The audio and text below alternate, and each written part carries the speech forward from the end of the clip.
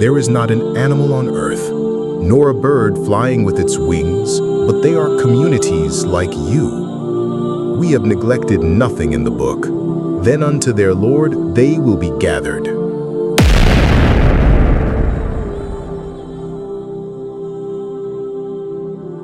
Welcome back to Allah's Silent Servants. In part 1, we explored their creation, their role in this world, and their testimony in the hereafter. Today, we embark on another extraordinary journey, one filled with secrets, rewards, and scenes of the unseen you may have never heard before. From the very moment Allah created the earth, animals walked upon it. Before the first city was built, before the first human sowed a seed, the animal kingdom was already part of Allah's grand design. They were the keepers of the balance, grazing lands, pollinating plants, and even preparing the earth for the arrival of mankind. Some scholars of tafsir say that before Adam was sent to earth, Allah had already placed animals to prepare the land, grazing to keep vegetation balanced, fertilizing the soil, spreading seeds, and shaping ecosystems. Their presence is not random. It is mercy written into creation. The Prophet ﷺ taught us, fear Allah regarding these animals who cannot speak. Ride them in a way that is good and eat them in a way that is good. So remember, they are not just here to serve us. They are silent witnesses, and on the final day, they will not be silent anymore. The animals we sacrifice for Allah's sake, especially during Eid al-Adha, are not forgotten. The Prophet ﷺ said that the sacrificed animal will come on the Day of Judgment with its horns, hair, and hooves intact, a witness for you before Allah. Scholars explain if you deprived an animal of food, overburdened it, harmed it without reason, or caged it without care, it may speak against you. Picture the scene. The earth is still, the scale of justice is set. A man stands before Allah, and from the crowd of creatures, a small bird steps forward. Its voice is not chirping, but human-like, permitted by Allah to speak. It says, Ya Allah, this was the hand that broke my nest. This was the heart that ignored my thirst. Every drop of its blood reaches Allah before it even touches the ground. When you give Qurbani, the sacrifice of Eid al-Adha, it is not just meat, it is a transaction between you and the Almighty. And there are hidden rewards. The sacrifice is not just about meat. It's about loyalty to Allah's command, reviving the Sunnah of Ibrahim, and purifying the soul through giving. The Prophet ﷺ said, the son of Adam does not do any deed on the day of Eid al-Adha more beloved to Allah than the shedding of blood.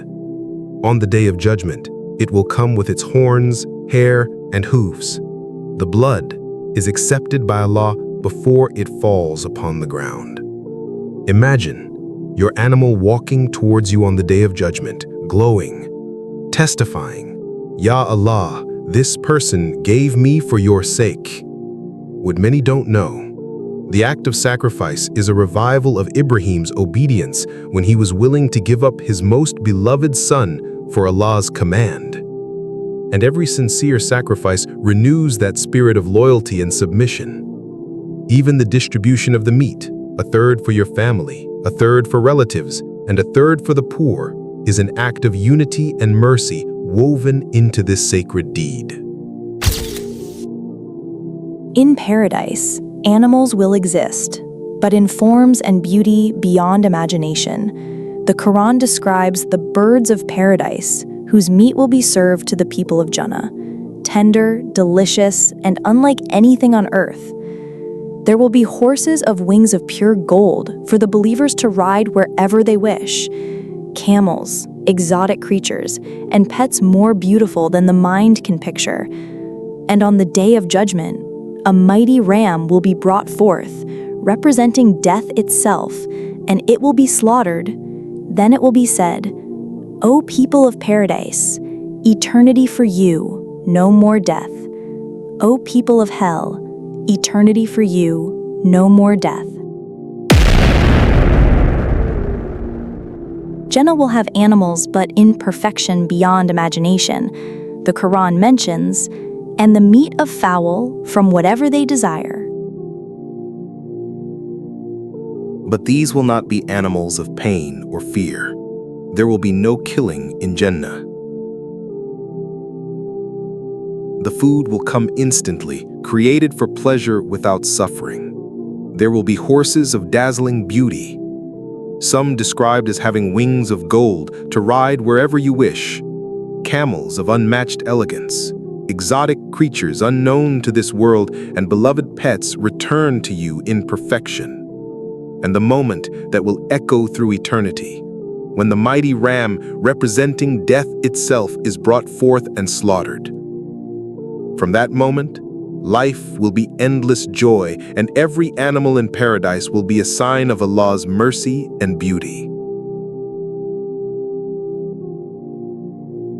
When Prophet Sulaiman marched with his army, even the ants recognized him and called their companions to safety.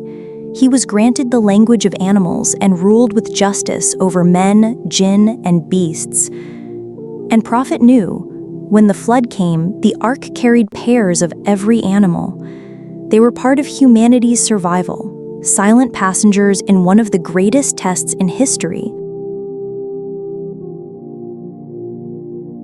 Animals were part of prophetic stories, not as background details, but as active participants in divine history. When Prophet Sulaiman marched, the wind carried his army, humans, jinn, and animals. He understood their languages, their fears, and their gratitude. The Quran tells us about the ant that warned its people, "O ants, enter your dwellings, so that Sulaiman and his armies do not crush you while they perceive not." Even the hoodpoot bird in his time played a role in delivering the message of Tawheed to the Queen of Sheba. A tiny bird, yet a messenger of a king prophet. And Prophet Nuh alayhi salam. When the flood came, Allah commanded him to take a pair of every kind into the ark. They were part of the preservation of life itself.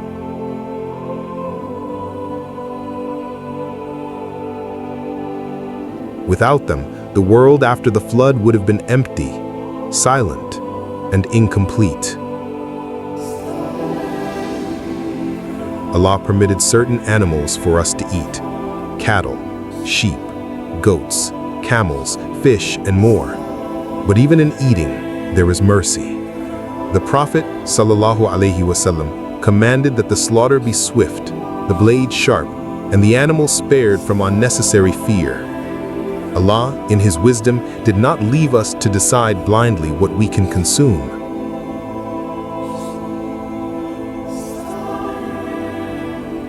In the Quran, He says, "O mankind, eat from whatever is on earth that is lawful and good, and do not follow the footsteps of shaitan."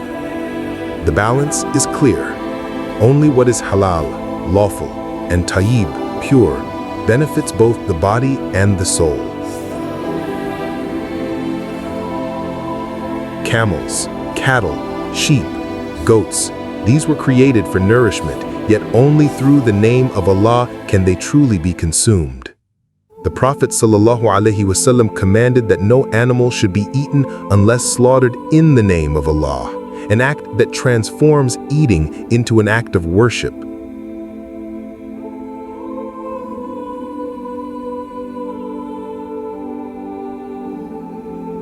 Even fishing becomes worship when done with Allah's remembrance. And what is forbidden is not random. Predators, scavengers, and animals that cause harm are prohibited to protect our health, morals, and even compassion. The rules preserve mercy while sustaining life.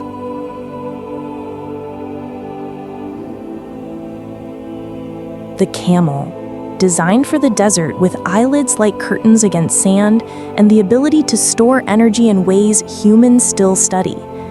The honeybee, whose precise navigation and production of honey was mentioned in the Quran long before science discovered its genius.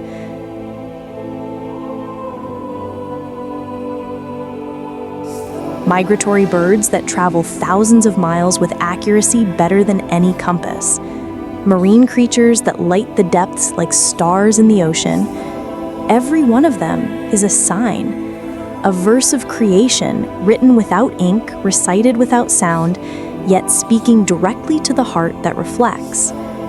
Every animal carries a sign, not just in its beauty, but in the science hidden within it. The camel, designed for the desert, stores fat in its hump, not water as many believe, allowing it to endure long journeys. Allah mentions them as a sign for reflection. Do they not look at the camels, how they are created? Bees, tiny engineers of divine precision, navigate with the sun, communicate by dancing, and produce honey with healing properties. Modern science discovered bees navigate by the position of the sun, can recognize human faces, and communicate through an intricate waggle dance, a language of angles and movements to tell others where flowers bloom. Just as the Quran said, "There emerges from their bellies a drink, varying in colors, in which there is healing for people." Birds, some travel thousands of kilometers across continents without maps, guided by the magnetic field Allah placed in the earth.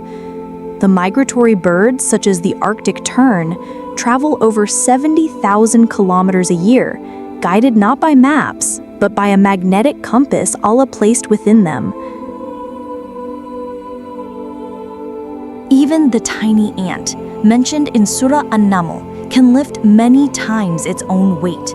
Farm fungus can communicate complex warnings to its colony and store food. And science now confirms ants release chemicals, pheromones, that guide others in emergencies, just like a spoken alarm. And migratory fish like salmon return to the exact river where they were born, a journey scientists still cannot fully explain. The salmon, born in a river, travel to the ocean for years, then return to the exact river where they hatched, guided by the Earth's magnetic field and scent memory. Consider the elephant, with infrasound hearing so powerful it can detect distant thunderstorms and even sense seismic vibrations miles away. They comfort their dead, showing emotions humans once thought unique to themselves. These are not accidents. They are living verses, silent reminders that the Creator's artistry reaches every feather, scale, and strand of fur. So, when you see an animal, remember, it was there before you. It will testify for or against you.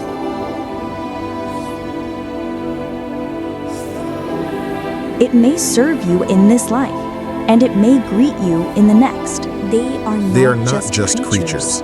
They are Allah's silent servants. Follow, share, reflect. Mercy begins with the voiceless.